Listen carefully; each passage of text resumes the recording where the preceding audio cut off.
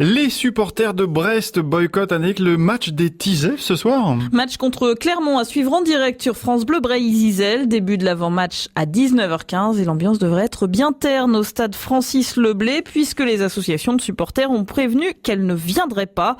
Elles ont publié une tribune sur internet pour dénoncer la gestion du club et de l'équipe, explique Paquito, ancien président des Ultras brestois et figure emblématique de la tribune RDK.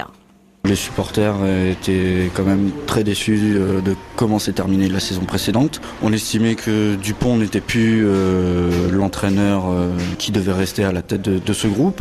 Les changements ne sont pas intervenus, puis le recrutement n'est pas du tout à la hauteur. Donc malgré les encouragements envers le joueur, les supporters sont entrés dans une logique de défiance vis-à-vis des dirigeants. Suite à l'élimination à Saint-Brieuc et notamment le vrai faux départ d'Yvon Kermarek, les associations de supporters, donc à savoir les Ultras, les Celtics et les Hermines, se sont réunis. Et on est venu à la conclusion, au vu du plaisir qui avait disparu dans nos groupes et dans l'ensemble du public brestois, l'appel au boycott était unanime et qu'il fallait faire comprendre aux dirigeants que le public brestois avait besoin de voir une nouvelle équipe dirigeante et en tout cas un nouveau fonctionnement pour le stade brestois 29. 7h06 sur France Bleu. L'ambiance s'annonce bien morose ce soir à Francis Leblay. Les associations de supporters du stade brestois boycottent ce match contre Clermont pour protester contre la gestion du club. Ils ont publié une tribune sur internet.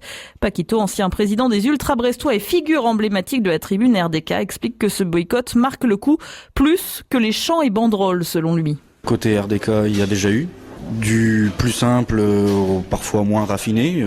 Je connais la RDK, je sais comment elle réagit. C'est pas une raison pour autant que la RDK prône la violence, comme j'ai pu entendre de la part d'Alex Dupont. Et puis l'année dernière, les supporters de Foucault étaient des esthètes. À partir du moment où on a du mépris comme ça, où on caricature l'état d'esprit du public brestois, faut pas s'étonner que le ras-le-bol soit total.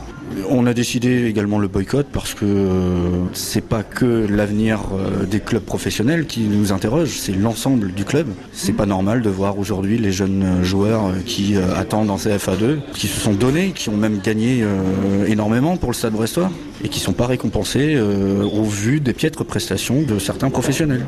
Paquito, supporter de Brest, qui répondait à Thomas Lavaux. Brest-Clermont, c'est en direct ce soir sur France Bleu Bray-Zizel, début de l'avant-match à 19h15.